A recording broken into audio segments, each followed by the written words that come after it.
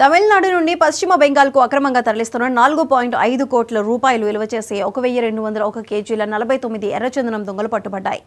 Paper బండిల మధ్యలో పెట్టి లారీలో తరలిస్తున్నారు. ముందస్తు సమాచారం మేరకు కాజా టోల్ గేట్ వద్ద తనిఖీలు చేస్తుండగా ఎర్రచందనం దొంగలు బయటపడ్డాయి. దొంగలను స్వాధీనపరుచుకున్నట్లు గుంటూరు ఎస్పీ సతీష్ కుమార్ మీడియాకు తెలిపారు. తమిళనాడు రాష్ట్రానికి చెందిన లారీ డ్రైవర్ సారథి కన్నన్, జోయ్ ప్రవీణ్ గురువారం అరెస్ట్ చేయడం జరిగిందన్నారు. ఈ కేసుకు సంబంధించిన పూర్తి వివరాలను దర్యాప్తు చేస్తున్నామని సతీష్ కుమార్ వెల్లడించారు.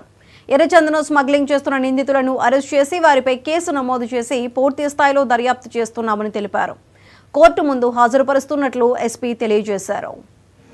విజయనగరంలో, అనకాపల్లిలో, విశాఖపట్నంలో, తర్వాత ఈవెన్ రాజమండ్రిలో, అవన్నీ మనం ఏలూరులో మ్యాక్సిమం మీరు కేసెస్ తీసుకొని చూసారంటే అన్ని డిస్ట్రిక్ట్స్లో కూడా కేసెస్ రిజిస్టర్ అవుతుంటాయి. బట్ ప్రాబ్లం అట్ ప్రెసెంట్ ఉన్న ప్రాబ్లం ఏంటంటే క్వాంటిటీ చాలా తక్కువ ఉంటాయి. ఫర్ ఎగ్జాంపుల్ ఇప్పుడు మీరు 4 కేజీ తీసుకొని ఒక లారీలో 12 టైర్ టిప్పర్ లారీలో తీసుకున్నప్పుడు మనకేం తెలియదు యాక్చువల్లీ. సో అన్ని వెహికల్స్ చెక్ చేయడం కూడా ప్రాక్టికల్లీ టఫ్. కాకపోతే నాకు ఆల్రెడీ అంటే మన టెలికాన్ఫరెన్స్ అన్ని జరుగుతాయి కాబట్టి దాన్ని బట్టి ప్రతి ఒక్క డిస్ట్రిక్ట్లో కూడా క్యాచ్ అనేది జరుగుతూనే ఉంటాయి. వీళ్ళు A2కి లేదు, బికాస్ ఈస్ బీకామ్ స్టూడెంట్, 22 సంవత్సరాలు. వాళ్ళు చెప్తున్నది జస్ట్ గోహాత్ వరకు వెళ్ళి వచ్చామంటే మనకు 20,000 ఇస్తారని చెప్పారు కాబట్టి